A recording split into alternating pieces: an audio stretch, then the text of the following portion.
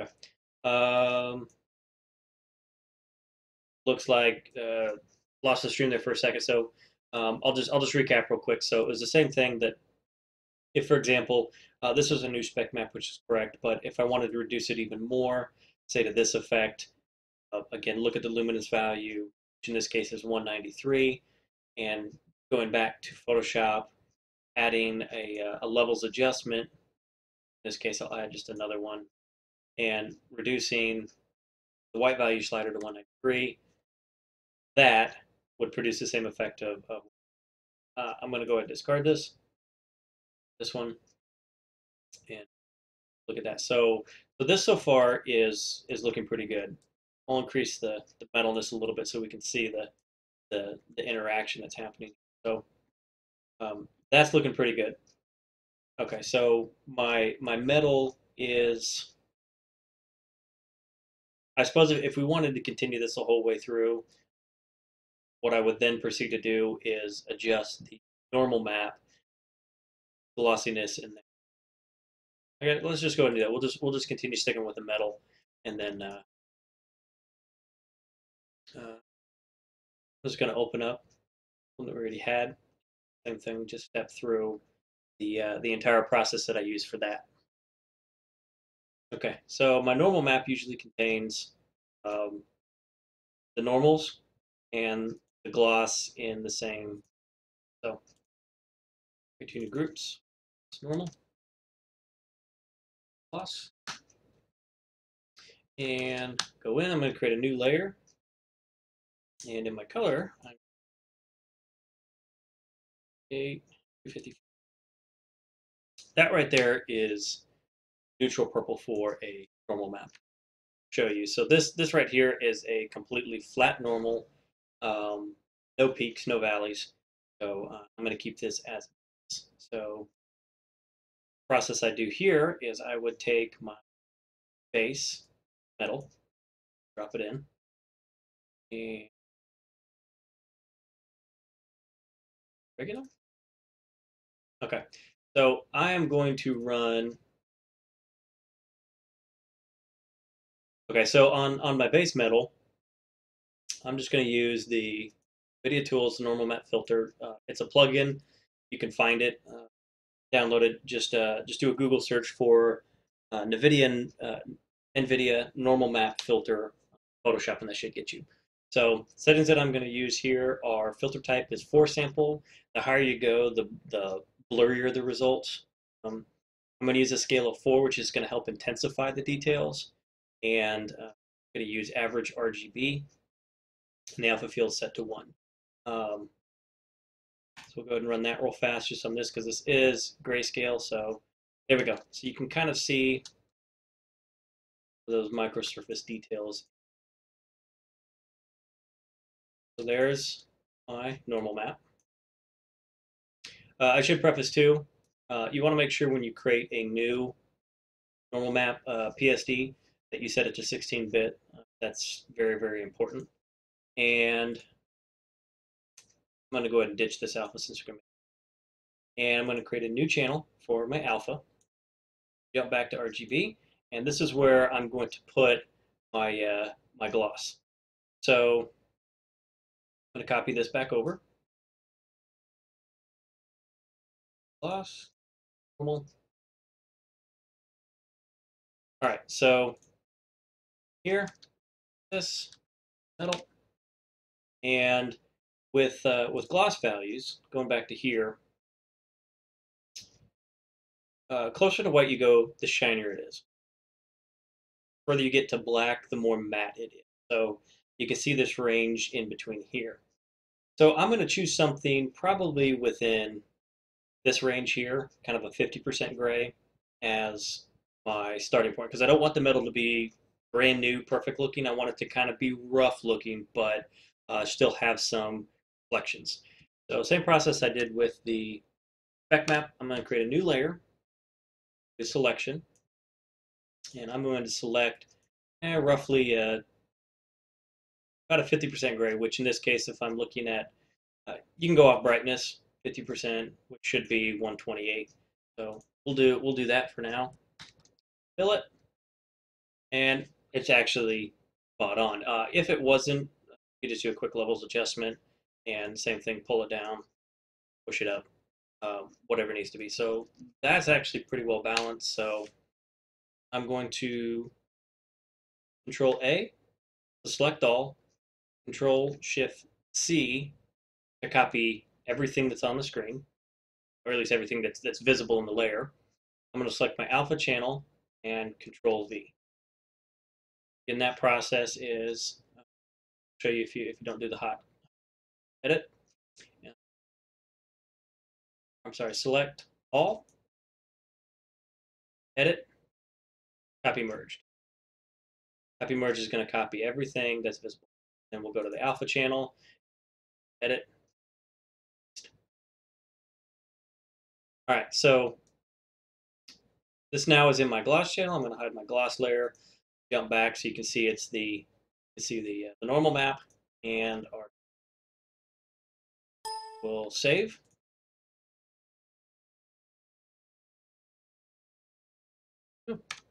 DDNA. Very important that when you do save it, you use the underscore DDNA, and that will pop up the normal map with gloss and alpha high quality. I'll go ahead and just save it out. Jump back in our normal map. Here we go. Okay, same thing. We'll bump up the gloss value, and now you can see we've got the pock marks of the metal and um, the shininess of it. If I wanted to make it more dull, I would decrease the brightness in the gloss map, so make it darker. That would make it more rough. Um, this actually looks pretty good. It looks like aluminum, which is kind of what I'm going for. But if I wanted to make it, say, glossier, shinier, all I would do is I would just show my gloss layer, go back in, create a levels adjustment, increase contrast a little bit more, bring it up. Same thing, Control A, Control Shift C to copy merged, or you can do select all, edit, merged, go back to our alpha channel, edit paste, or Control V. Now that it's in our alpha channel, jump back to RGB, hide gloss layer, and we save it back out. Cool. Map with gloss alpha, high quality, set OK, and file. There we go. So we got a little bit sharper glossiness on it, which I think is fine. Okay, so that's actually looking pretty good, at least as far as it goes with our base metal texture. So I'm happy with that. It's reflecting similar to what I want. Um, I think that's totally acceptable. Okay, so now I'm going to kind of put the material editor aside because these settings are great for the metal. So now it's time to add our rust. Go back in, minimize the normal map, and we're going to jump back into our diffuse and spec. All right, so let's see. Just gonna change these colors. So these are the old ones that were a part of the original file. So just ignore these. These are our new ones. Okay, so here is our rust texture.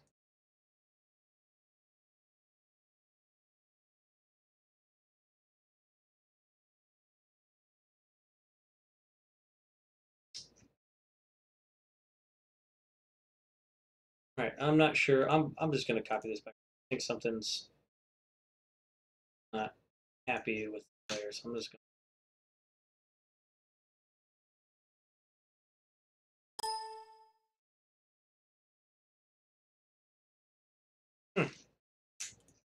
Give me just.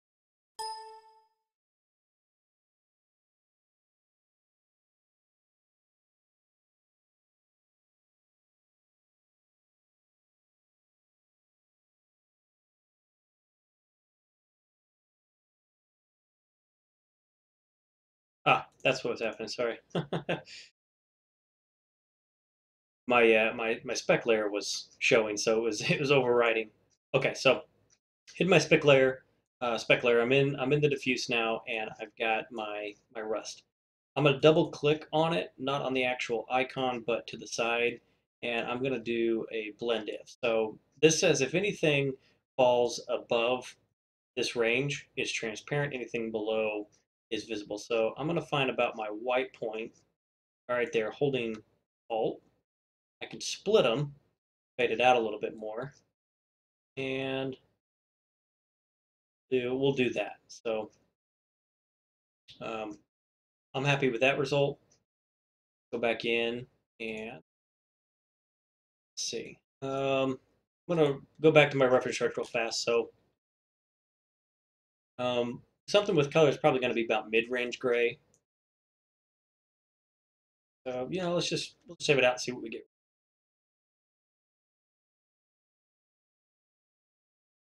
Use out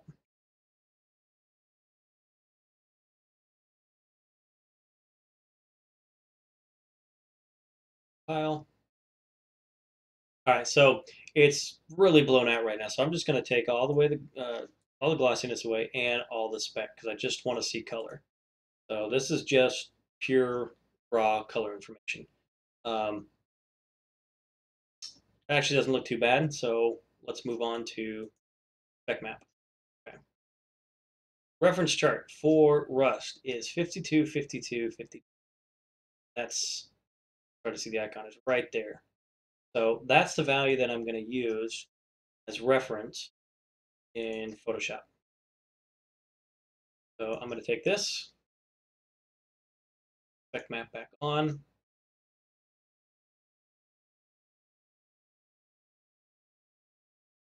That's okay. So then I'm going to bring the Rust, go back on. In this case, I'm just going to right click, copy layer style, paste it. All I'm doing is just putting those same settings back on. That were the same as this, and that's just that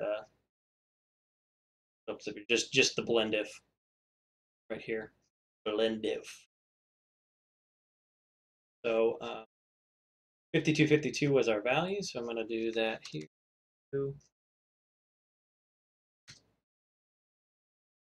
Go. That's the gray that I'm shooting for. Again, little marquee selection, Control Shift N to create a new layer, and I'm going to fill that.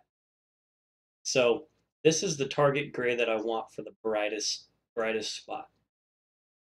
So I'm levels adjustment as well on the rust. Bring down. Okay, so if you notice right here, it's bringing back. You can kind of see it in this area right here. You can see that it's bringing back the details. The reason it's doing that is because the blend if is applying on top of the texture and the values. So when I'm reducing the white point, you can see that it's actually bringing the values down, which is the same as raising this blend if back up, which is bringing those details back. So the way to get around this is I'm going to right click on it and convert to smart object. There we go. So it kind of takes it semi-transparent where it is, and now I can go back to adjusting my, see that it doesn't bring any of those details back. So go something about, that's maybe difficult to see because it's colored here and it's grayed here. So what I'm going to do is make a hue saturation, and I'm going to take the saturation all the way down. So now I can just see gray. And same thing, I'm going to adjust my levels where it matches something relatively close to.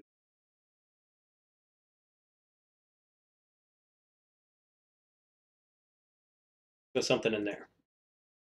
So that looks fine. I'm going to take away that. Now, traditionally, with spec maps, you could add color to it. It wasn't very common because the color was primarily driven through the diffuse channel. But as we saw earlier, this isn't doing anything. Minus the rust, if you notice the underlying metal, it doesn't really change with the diffuse. There's a scientific reason for it, but as far as all you need to know with it is it's important now to put the color in the spec map, especially for metals. It's also important for like kind of matte surfaces or kind of I don't want to use diffuse, but just less shiny, less glossy materials. So I'm going to jump back in Photoshop. So again, the map that's here is what I would have traditionally made with a spec map, but now it's important that I have the color. So I'm going to keep this same hue saturation. Instead of desaturating, I'm actually going to bump up the saturation because I really want those colors um, to really pop out. So we know that our metal's already done. We've got that spec value. Got our rust. Let's go ahead and save this out. Spec.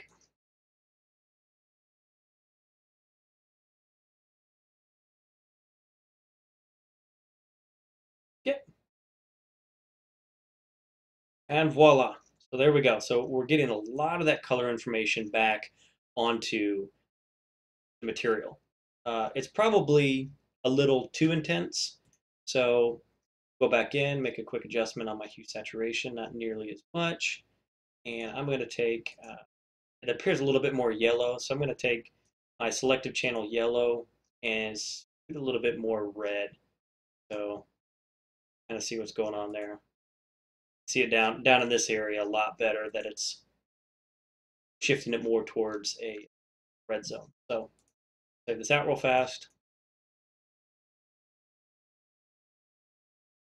And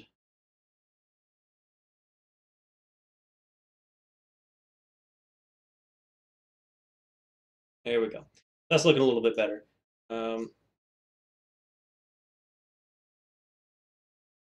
Maybe. Yep. So there you can see the coloration really starting to take effect with the diffuse. So this is a point now where I'm actually going to go back in and adjust the rust and the diffuse because I like what it's doing here with the specular. I don't like how blown it out looks with the diffuse. So same exact trick. I'm going to use editor. Great, luminance is 125. Remember that number. And Photoshop. Add my spec layer. Go to my rust. Add a levels adjustment. And I can't believe I got it, but I think it was 125. Okay, so same problem we had with the spec map. So I'm going to leave this at 125 since I know that is the value we need. Hide this, right click, work to smart object, so it's no longer doing the blend if, it's flattened, and my adjustment. So this is my diffuse, this is my spec. So save my diffuse back out, and this should get us exactly where file and money. So there you go. So you can see that that's really the quickest way to figure out what levels you need in Photoshop using the editor and kind of vice versa. So okay, so it's not looking quite like metal. The rust is looking good, so we need to bring the metalness back. But you can see with our normal map that we still have gloss values in the rust. And on top of that, rust kind of creates some pock marks, which we are not getting here. So first things first, let's fix the, actually here, I'll show you what's going on. Take the diffuse all the way down and the spec all the way down. And that is just straight normal map information. So we'll go in real fast and pop over.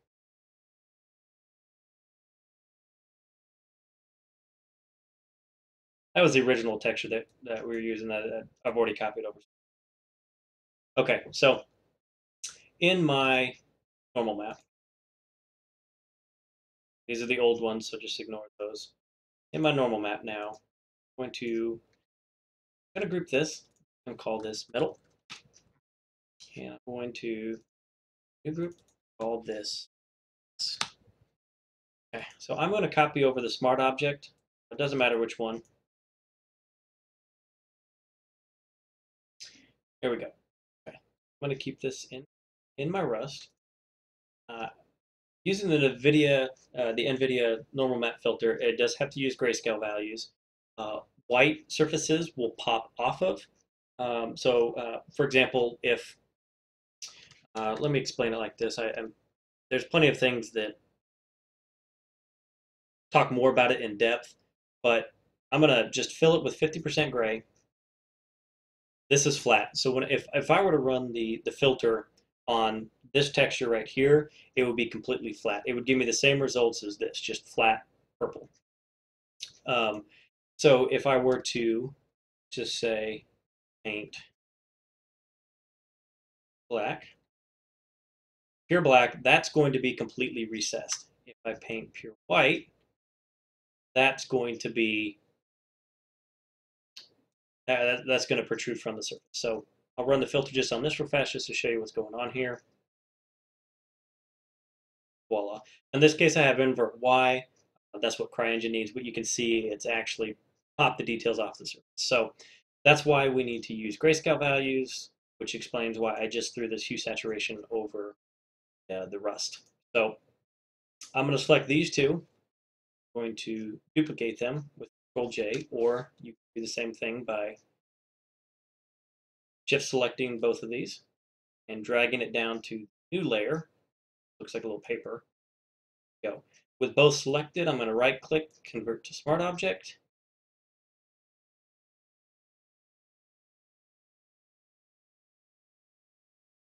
These two. And I'm going to right click and rasterize it because you can't run the filter on a smart object and it work correctly. Just going to use that. We're going to go into the normal map filter. And I'm going to actually increase this to 8 because I want those details to pop. There we go. You can see our rust. Now, the reason why I created this flat purple texture down below is so I could actually fade in and out the intensity of the normal map filter. So that way I don't have to keep running it and going back and forth. However, if I keep it in its normal state, you can see just with the filter applied, we don't have the little metal details below it. So I'm going to change this from normal to overlay. There you go. Now we have the details that pop from the metal surface below. So probably just a little intense, a little bit more. And that is, go ahead and save out now. I know you're probably thinking we need to get the gloss values. I will get those in a second, but I just want to show you with the setup that I have here. Since I've reduced the diffuse and the spec down to nothing, this is just going to show me the normal map information. So there we go. So that's what I was hoping to see. Got our rust pock marks and our so jump back to Photoshop. We'll add the details into the gloss map, which all I need to do here is take this layer, take this gloss, it's my rust, hide it, and then going back to these values on our gloss, I know that rust needs to be almost completely black and matte. So I'll add a hue saturation, completely remove all of that. And I could do it with levels, but might as well just do it here with the lightness. So that's about the color of rust that I want to use. Again, Control A to select all, Control Shift C to copy merge, so it's copying everything that's shown right now. I'm going to jump over to my alpha channel and Control V paste. There we go. So now I've got this, and the alpha is my gloss map. I will hide the gloss layer. There's my normal map, and we'll save it out. Yeah, as soon as it's done.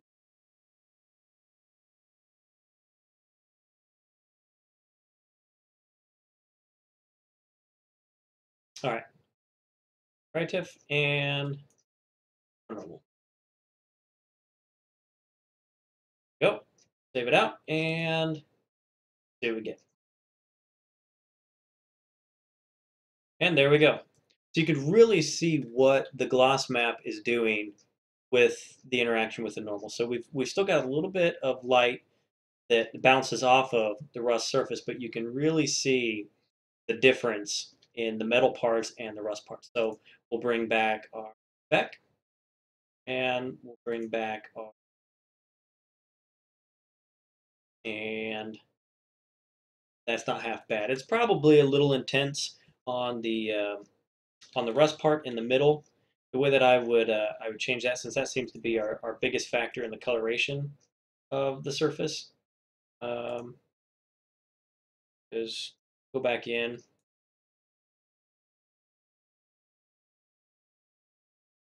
We'll see if we bump this up. So I'm just sliding the black up. You can see we're kind of losing some of that color. This is in my diffuse map. So I'm gonna bump that up a little bit more and add a hue saturation and kind of just bump up the color a little bit more. So I'll save this out. Use real fast.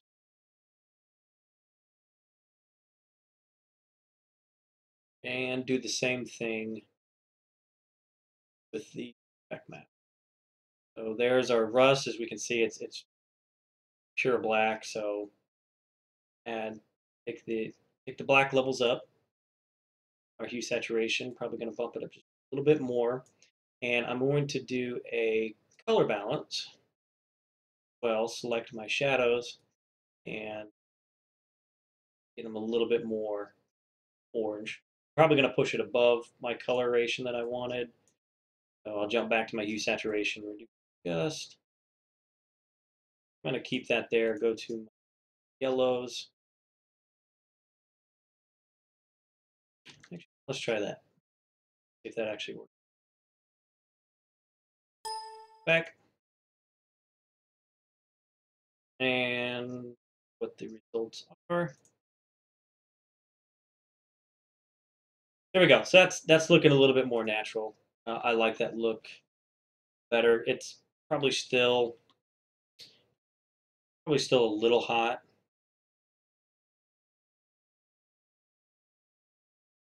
That small adjustment isn't bad. We could use that same information, reducing it down to 216. I could go back in and um, add a levels adjustment and reduce it to that. But I think that actually probably gets us pretty close to what the original looked like.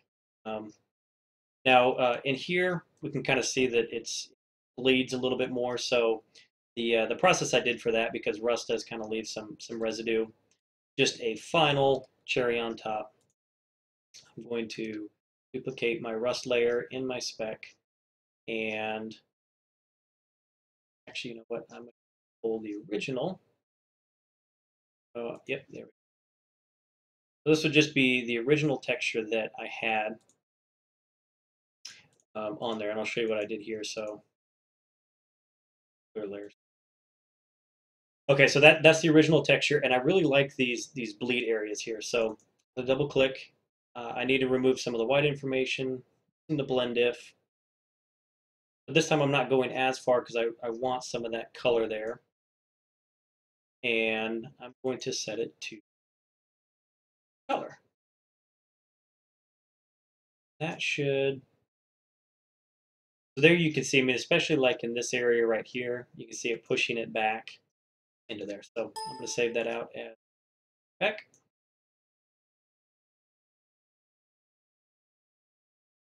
And